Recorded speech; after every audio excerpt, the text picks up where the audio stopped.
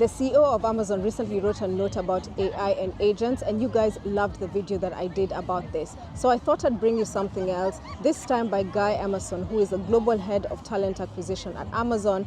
And I'm at RecFest. I attended a talk that he gave, and here are some of my key takeaways. I thought it was interesting when he mentioned the shift in the number of candidate applications. Now, we think that that's happening across the board, but actually in his experience, for candidates who have 3 years of experience or more, there's an increase, but it's not completely massive.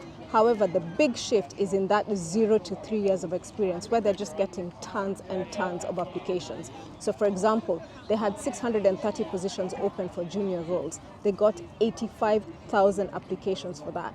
So you can only imagine the sheer workload that is required to deal with all of this.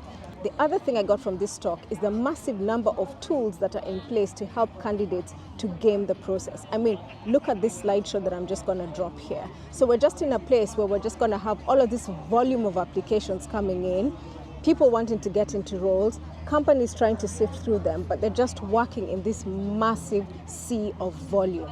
So where I think we're going to see an interesting shift is with CVs and resumes, and they're going to move from being that fast point of contact where it's all about the candidate saying what they can do to being able to demonstrate what the candidate can do. So we're already starting to see take-home assessments coming much earlier in the process.